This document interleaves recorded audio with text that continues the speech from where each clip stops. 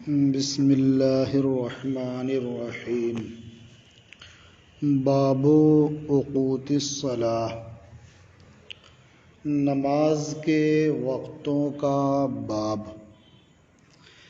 اوقات یہ جمع کثرت ہے اور اوقات جمع قلت ہے۔ موطا کے بعض نسخوں میں باب اوقات الصلاۃ ہے، یعنی نماز کے وقتوں کا باب۔ یہ ظاہر بھی ہے، اس لیے کہ نمازیں 5 ہیں، تو اس مناسبت سے اوقات جو جمع قلت ہے وہی ہونا زیادہ مناسب معلوم ہوتا ہے۔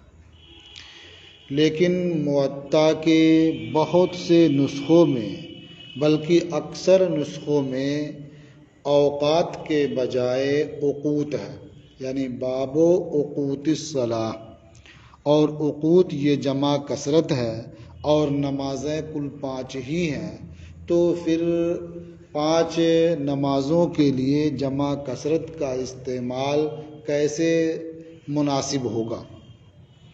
اس کے مختلف جوابات دیے گئے ہیں۔ ایک جواب تو یہ ہے کہ جمع قلت اور جمع کثرت دونوں میں سے ہر ایک دوسرے کی جگہ کبھی کبھی استعمال کر دیا جاتا ہے توسعاً، یعنی جمع قلت کی جگہ جمع کثرت اور جمع کثرت کی جگہ جمع قلت کا استعمال ہو جاتا ہے۔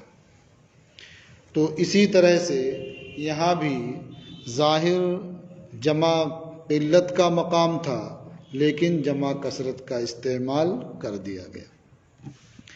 دوسرا جواب یہ ہے کہ نمازیں اگرچہ 5 ہی ہیں، لیکن روز بروز ان کی تکرار ہوتی ہے، تو ہر دن تکرر کی وجہ سے گویا نمازیں بہت زیادہ ہو گئیں، تو اس لحاظ سے جمع کثرت کا استعمال ہوا۔ جیسے آفتاب ایک ہی ہے، ماہتاب ایک ہی ہے، لیکن روز بروز یہ طلوع ہوتے ہیں، تو ان کے لیے موقع پر شموس اور اقمار کا استعمال کر دیا جاتا ہے۔ اور ایک جواب یہ بھی ہے کہ نمازیں اگرچہ 5 ہی ہیں، لیکن اللہ رب العزت نے 50 نمازیں فرض فرمائی تھیں، پھر اس امت کی آسانی کے لیے کم کر کے 5 کر دیں، لیکن ثواب 50 کا ہی باقی رکھا۔ تو گویا دیکھنے میں جو ایک نماز ہے وہ 10 نمازوں کے برابر ہے، اور 5 نمازیں 50 نمازوں کے برابر ہیں اجر و ثواب میں، اس لیے اوقات کے بجائے اوقات جو جمع کثرت ہے اس کا استعمال کیا گیا۔ یہ اور اس طرح سے اور جوابات دیے گئے اوقات کے بجائے اوقات کے استعمال کے صحیح اور درست ہونے کے۔ اور نماز کے وقتوں کا بیان شروع کیا تو یہ کل کے سبق میں آپ سن چکے ہیں کہ نماز کا سبب ہے۔ جب وقت ہوتا ہے تو نماز ذمے میں لازم ہوتی ہے، اور جب نماز ذمے میں لازم ہوگی تو طہارت کا تقاضا ہوگا، طہارت ضروری ہوگی۔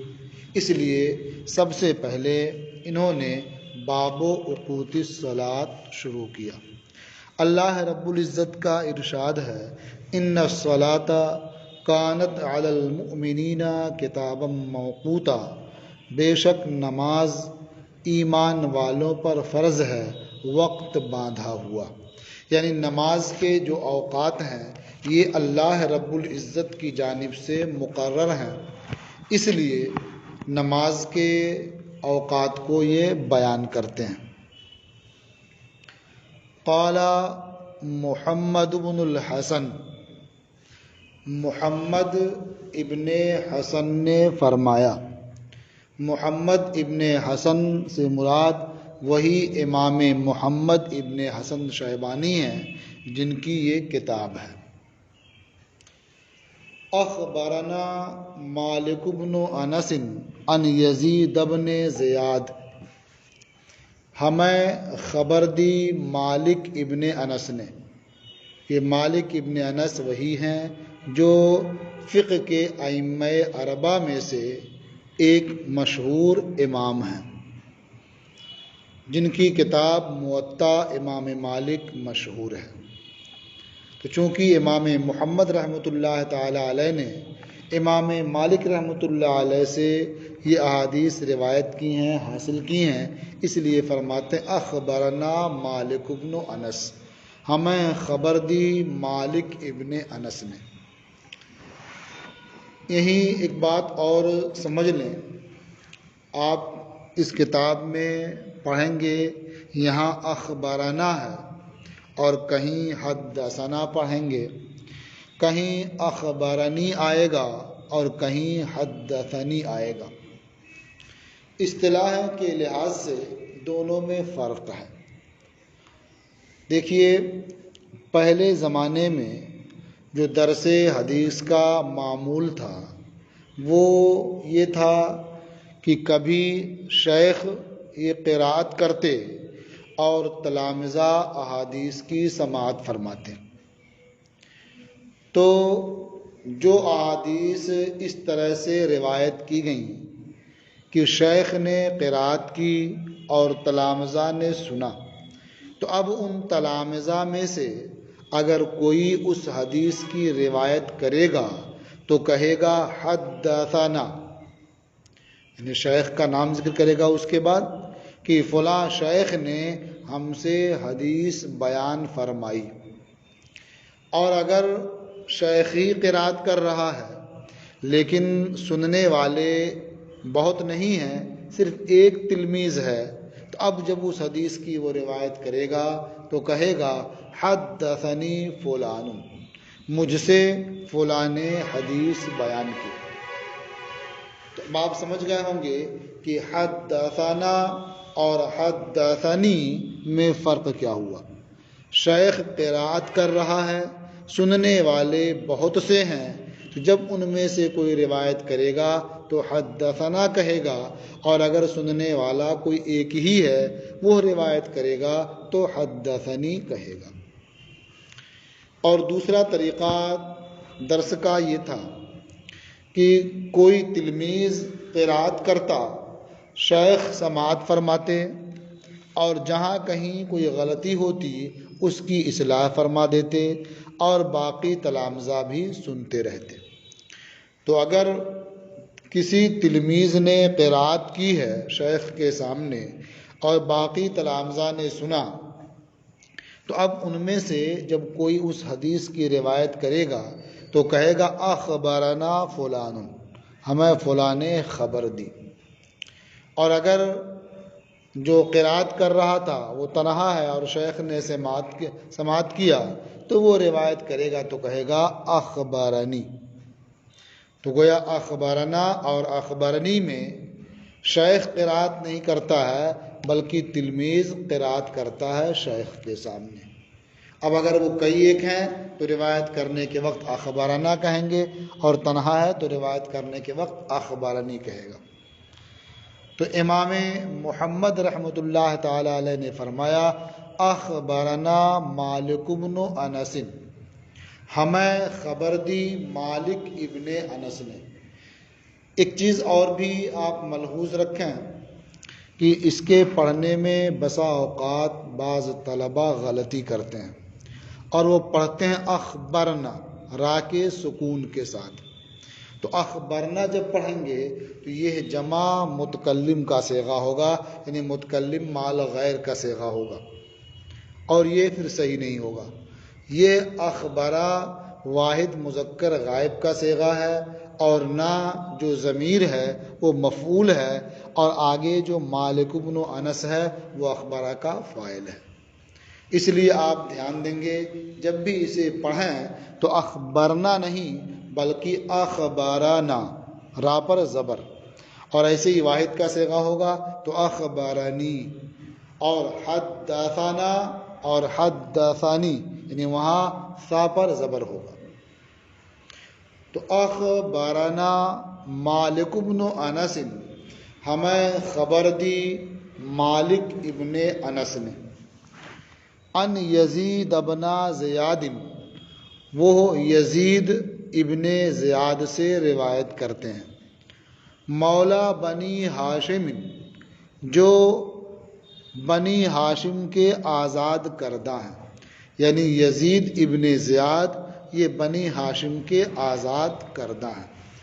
مولا آزاد کرنے والے کے لیے بھی بولا جاتا ہے اور مولا اس کے لیے بھی بولا جاتا ہے جسے آزاد کیا گیا ہے. عن عبداللہ ابن رافع مولا ام سلمۃ رضی اللہ عنہا زوج النبی صلی اللہ علیہ وسلم عن ابی ہریرہ. یہ یزید ابن زیاد جو بنی ہاشم کے آزاد کردہ ہیں وہ عبداللہ ابن رافع سے روایت کرتے ہیں. یہ عبداللہ ابن رافع نبی کریم صلی اللہ تعالی علیہ وسلم کی زوجہ حضرت ام سلمہ رضی اللہ تعالی عنہا کے آزاد کردہ ہیں. عن ابی ہریرہ، یہ عبداللہ ابن رافع حضرت ابو ہریرہ رضی اللہ تعالی عنہ سے روایت کرتے ہیں. انہ سأل، اچھا یہ ان ابی ہریرہ آیا ہے چونکہ پہلی بار آپ کے سامنے یہ نام آ رہا ہے کتاب میں. حضرت ابو ہریرہ رضی اللہ تعالی عنہ کثیر الروایہ صحابی رسول ہیں، کثرت سے انہوں نے احادیث کی روایت کی ہے، لیکن ان کا اصل نام کیا ہے اس سلسلے میں بہت اختلاف ہے. راجح قول یہ ہے کہ حضرت ابو ہریرہ کا نام عبد الرحمن ابن صخر ہے. ان کی وفات سن 59 ہجری میں ہوئی یا اس سے 1-2 سال پہلے ہوئی. یہ بہت معروف اور مشہور صحابی رسول ہیں اور صحابہ میں سب سے زیادہ احادیث کی روایت کرنے والے یہی ہیں. اس کی وجہ بھی انہوں نے بیان فرمائی جسے مختصر میں آپ کے سامنے پیش کر دوں کہ نبی کریم صلی اللہ تعالی علیہ وسلم کی بارگاہ میں انہوں نے ایک مرتبہ عرض کیا کہ میں جو آپ سے باتیں سنتا ہوں سب اچھی طرح سے یاد نہیں رہ جاتی ہیں، تو میرے لیے دعا فرما دیں تاکہ مجھے وہ یاد رہ جائیں. تو نبی کریم صلی اللہ تعالی علیہ وسلم نے ان کے حق میں دعا فرمائی. اس کی صورت یہ بیان کی گئی کہ حضور نے ارشاد فرمایا کہ پھیلا دو، تو ان کے پاس ایک کمبل تھا، انہوں نے پھیلا دیا. حضور نے اس میں کچھ اپنے ہاتھوں سے رکھا، ڈالا جو بظاہر نظر نہیں آ رہا تھا، پھر کہا اسے سینے سے لگا لو. تو حضرت ابو ہریرہ رضی اللہ تعالی عنہ نے اسے اپنے سینے سے لگا لیا اور فرماتے ہیں کہ اس کے بعد سے مجھے کوئی حدیث نہیں بھولی، میں نے جو کچھ نبی کریم صلی اللہ تعالی علیہ وسلم سے سنا مجھے محفوظ رہا، مجھے یاد رہا. اس لیے یہ صحابہ میں سب سے زیادہ احادیث کی روایت کرنے والے ہیں. انہ سألہ عن وقت الصلاۃ، انہوں نے ان سے نماز کے وقت کے بارے میں پوچھا. اب آپ سوچتے ہوں گے انہوں نے ان سے پوچھا تو کنہوں نے کن سے پوچھا؟ تو یہ شبہہ ہوتا ہے. اس کتاب میں اس قسم کے شبہات کے ازالے کے لیے ایک کوشش کی گئی ہے کہ ضمیروں کے نیچے ہندسے یعنی گنتیاں لکھ دی گئی ہیں تاکہ ضمیر کا مرجع کون ہے، یہ ضمیر کدھر لوٹ رہی ہے، اس کی تعین میں آسانی ہو جائے. تو آپ کتاب میں دیکھیں انہو میں جو ضمیر منصوب ہے اس کے نیچے 2 گنتی لکھی ہوئی ہے، 2 کی گنتی لکھی ہے. اب اوپر کی سطر میں آپ دیکھیں تو ان عبداللہ ابن رافع میں جو ان عبداللہ ہے اس کے نیچے بھی وہ گنتی لکھی ہوئی ہے۔ اس کا مطلب یہ ہوتا ہے کہ انہو میں جو ضمیر ہے، ضمیر منصوب، وہ عبداللہ ابن رافع کی طرف راجع ہے، اور سألہو میں سألہ کے نیچے بھی 2 کی گنتی لکھی ہوئی ہے۔ اس کا مطلب ہوا کہ اس کا مرجع بھی عبداللہ ابن رافع ہے، اور سألہو میں سألہ کے بعد جو ضمیر منصوب ہے اس کے نیچے 6 کی گنتی لکھی ہوئی ہے، اور اس سے کچھ پہلے آپ دیکھیں عن ابی ہریرہ میں جو ابی ہریرہ ہے اس کے نیچے 6 کی گنتی لکھی ہوئی ہے۔ تو اس کا مطلب یہ ہوا کہ یہ سألہ کے بعد جو ضمیر منصوب ہے یہ ابو ہریرہ کی طرف لوٹ رہی ہے۔ تو آپ اس کتاب میں اس طرح دیکھیں گے تو ضمیریں کدھر لوٹ رہی ہیں، ضمیروں کا مرجع کون ہے، اس کی تعین میں آپ کو بڑی سہولت ہوگی۔ تو آپ سمجھ گئے ہوں گے ان ابی ہریرہ انہ سألہ، یعنی عبداللہ ابن رافع حضرت ابو ہریرہ سے روایت کرتے ہیں کہ انہوں نے، یعنی عبداللہ ابن رافع نے ان سے، یعنی حضرت ابو ہریرہ سے پوچھا ان وقت الصلاۃ، نماز کے وقت کے بارے میں۔ فقال ابو ہریرہ انا اخبرک، تو حضرت ابو ہریرہ رضی اللہ تعالی عنہ نے فرمایا میں تجھے نماز کا وقت بتاتا ہوں۔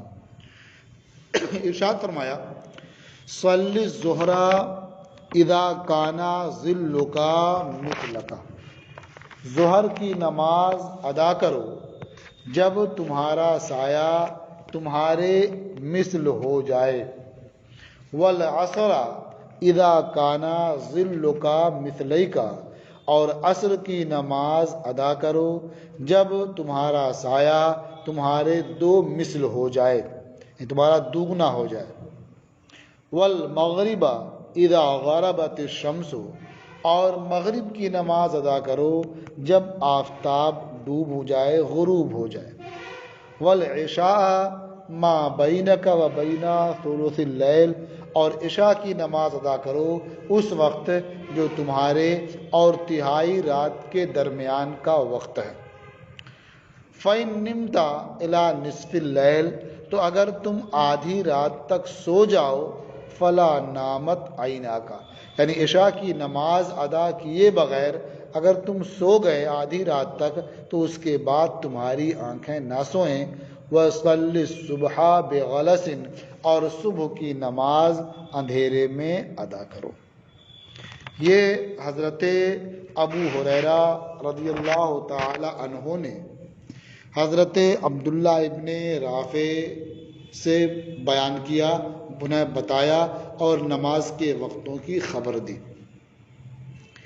اب ظہر کا وقت کب شروع ہوتا ہے اس بارے میں تو تقریباً سب کا اس بات پر اتفاق ہے کہ جیسے ہی آفتاب ڈھلتا ہے ظہر کا وقت شروع ہو جاتا ہے، یعنی زوال شمس سے ظہر کا وقت شروع ہوتا ہے۔ یہ اتفاقی مسئلہ ہے، اس میں اختلاف نہیں ہے۔ لیکن ظہر کا وقت کب تک رہتا ہے اس سلسلے میں ائمہ مجتہدین کے درمیان اختلاف ہے۔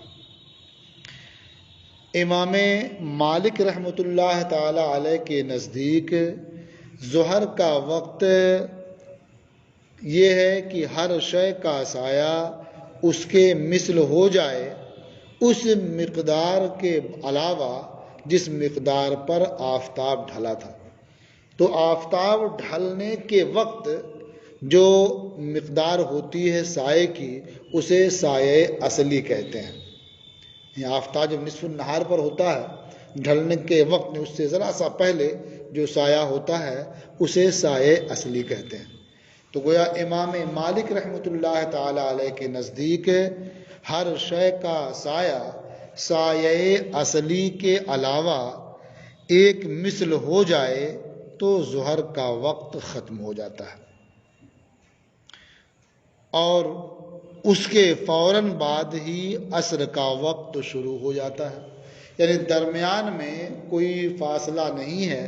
جیسے ہی ظہر کا وقت ختم ہوا عصر کا وقت شروع ہو گیا.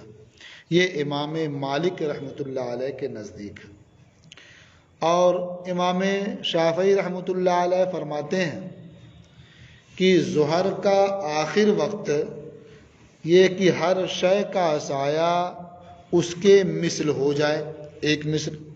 لیکن ان کے نزدیک ظہر کے آخر وقت میں اور عصر کے اول وقت میں فاصلہ ہے. یعنی تھوڑا سا وقت ہوتا ہے کہ مثل پر ادنا حصہ سایہ بڑھ جائے تو عصر کا وقت شروع ہوتا ہے. تو گویا امام شافعی رحمۃ اللہ تعالی علیہ کے ہاں ظہر کے آخر وقت اور عصر کے اول وقت میں تھوڑا فاصلہ ہوتا ہے، جو نہ ظہر کا وقت ہے اور نہ عصر کا وقت ہے. اور امام احمد ابن حنبل رحمۃ اللہ علیہ کے نزدیک ہر شے کا سایہ اس کے ایک مثل ہو جائے تو ظہر کا وقت ختم ہو جاتا ہے، عصر کا وقت شروع ہو جاتا ہے. انہوں نے ظہر اور عصر کے درمیان فاصلے کا ذکر نہیں کیا. اور امام اعظم ابو حنیفہ رحمۃ اللہ تعالی علیہ کے نزدیک ظہر کا وقت شروع ہوتا ہے آفتاب کے ڈھلنے سے، اور ہر شے کا سایہ اس کے دو مثل ہونے تک، سایہ اصلی کے علاوہ، جو اس کا سایہ اصلی ہے اس کے علاوہ ہر شے کا سایہ اس کے دو مثل ہو جائے، اس وقت تک ظہر کا وقت باقی رہتا ہے. اس کے فوراً بعد عصر کا وقت شروع ہو جاتا ہے. ظہر اور عصر کے درمیان کوئی ایسا وقت نہیں ہے جو فاصل ہو، جو نہ ظہر کا ہو نہ عصر کا ہو. تو حضرت ابو ہریرہ رضی اللہ تعالیٰ عنہ نے فرمایا تھا کہ میں تجھے بتاتا ہوں، تم ظہر کی نماز ادا کرو جب تمہارا سایہ تمہارے ایک مثل ہو جائے. تو گویا انہوں نے جو وقت بیان کیا وہ نمازوں کا جو مستحب وقت ہے، جو بہتر وقت ہے، وہ بیان کیا. اسی لیے احناف کے نزدیک بھی بہتر یہ ہے کہ ظہر کی نماز ہر شے اس وقت ادا کی جائے جب ہر شے کا سایہ ایک مثل سے پہلے ہو، یعنی مثل اول ہی میں ظہر کی نماز ادا کی جائے اور مثل ثانی میں عصر کی نماز ادا کی جائے. یعنی مثل ثانی ختم ہو جائے اس کے بعد عصر کی نماز ادا کی جائے. گویا آسان لفظوں میں یہ کہہ سکتے ہیں کہ مثل اول کے اندر ہی ظہر کی نماز پڑھ لی جائے اور مثل ثانی کے بعد عصر کی نماز ادا کی جائے. تو اس طرح کرنے میں کسی نے ہر ایک کے نزدیک وہ نماز اپنے وقت میں ہوگی اور صحیح ہوگی، یہ بہتر ہے.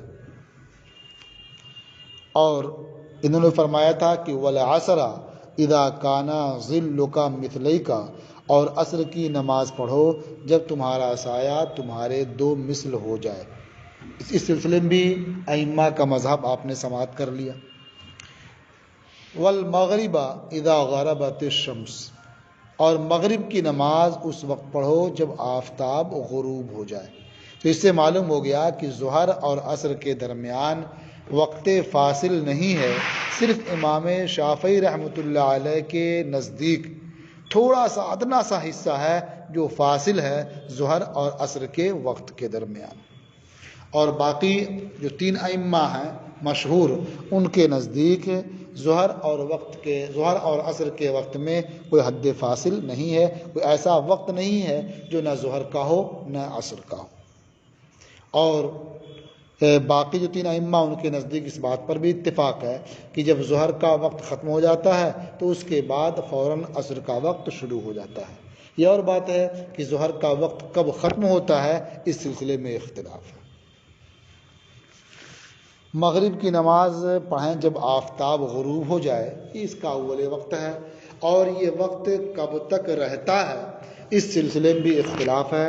ہمارے نزدیک یہ مغرب کا وقت جو ہے غروب آفتاب سے غروب شفق ابیض تک ہے. یعنی آفتاب جب ڈوب جاتا ہے تو آپ دیکھتے ہوں گے کہ ڈوبنے کی جگہ اس کے آس پاس لالی رہتی ہے، سرخی ہوتی ہے. جب وہ سرخی غائب ہو جاتی ہے تو سفیدی پھیل جاتی ہے. تو جو سفیدی سرخی کے بعد پھیلتی ہے اسے شفق ابیض کہتے ہیں. تو شفق ابیض غائب ہونے تک ہمارے نزدیک مغرب کا وقت باقی رہتا ہے. اب یہ مغرب کا وقت کب تک رہتا ہے؟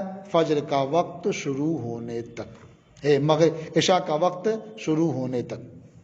اب یہ عصر اور مغرب کے وقت کے بارے میں، یعنی عصر کے وقت کے بارے میں ایک بات یہ بھی یاد رکھیں کہ ہمارے یعنی عصر کا جو وقت ہے اس میں اگرچہ غروب آفتاب تک ہے، لیکن جب نظر آفتاب پر جمنے لگے، ٹھہرنے لگے، تو وہ وقت مکروہ ہوتا ہے.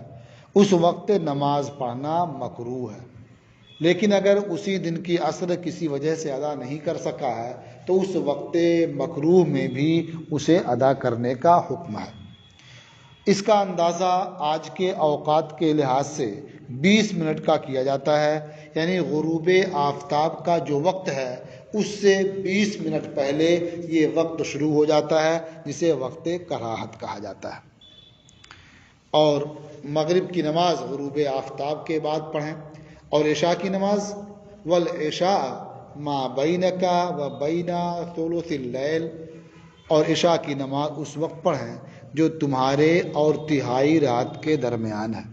یعنی تہائی رات کے تک عشاء کی نماز پڑھ لینا یہ مستحب ہے.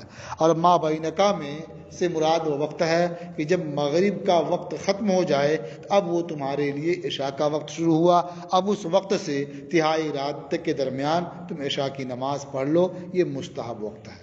لیکن اگر آدھی رات میں پڑھنا چاہتے ہو پڑھ سکتے ہو، یہ جائز ہے، مباح ہے. فَإِن نِمْتَ إِلَى نِصْفِ اللَّيْلِ، تو اگر تم آدھی رات تک سو جاؤ، فَلَا نَامَتْ عَيْنَاكَ، تو تمہاری آنکھیں نہ سوئیں. تو یہ فَلَا نَامَتْ عَيْنَاكَ یہ دعا کے طور پر ہے تاکہ جو عشاء کی نماز سے غافل ہو گیا، آرام میں لگ گیا، تو اب اس کے بعد بھی نہ سوئے تاکہ اس کی نماز قضا نہ ہو جائے. وَصَلِّ الصُّبْحَ بِغَلَسٍ، اور صبح کی نماز اندھیرے میں ادا کرو. غلس کہتے ہیں رات کی تاریکی اور دن کی اور صبح کی روشنی دونوں جب باہم مخلوط ہو جائے، نہ تو رات کی تاریکی باقی رہ جائے اور نہ صبح کی سفیدی بالکل ظاہر ہو، تو وہ ہے غلس. اسی کو رات کا آخری حصہ کہہ سکتے ہیں، صبح کا پہلا حصہ کہہ سکتے ہیں. یعنی صبح صادق طلوع ہونے کے بعد فجر کی نماز ادا کریں. تو یہ 5 نمازوں کے اوقات پانچ نمازوں کے اوقات حضرت ابو ہریرہ رضی اللہ تعالی عنہ نے بیان فرما دیے. اب فجر اور مغرب کے بارے میں یہ دیکھ لیں کہ فجر کا جو وقت ہوتا ہے وہ موسم کے اعتبار سے کم بیش ہوتا رہتا ہے، لیکن فجر کا وقت کم سے کم 1 گھنٹہ 18 منٹ ہوتا ہے، اس سے کم کسی وقت اس دیار میں نہیں ہوتا. اور زیادہ سے زیادہ 1 گھنٹہ 35 منٹ ہوتا ہے، جو اس سے زیادہ نہیں ہوتا ہے اس دیار میں. اسی طرح سے مغرب کا وقت کم سے کم 1 گھنٹہ 18 منٹ ہوتا ہے اور زیادہ سے زیادہ 1 گھنٹہ 35 منٹ ہوتا ہے. گویا جتنا فجر کا وقت ہوگا اس دن اتنا ہی مغرب کا بھی وقت ہوگا.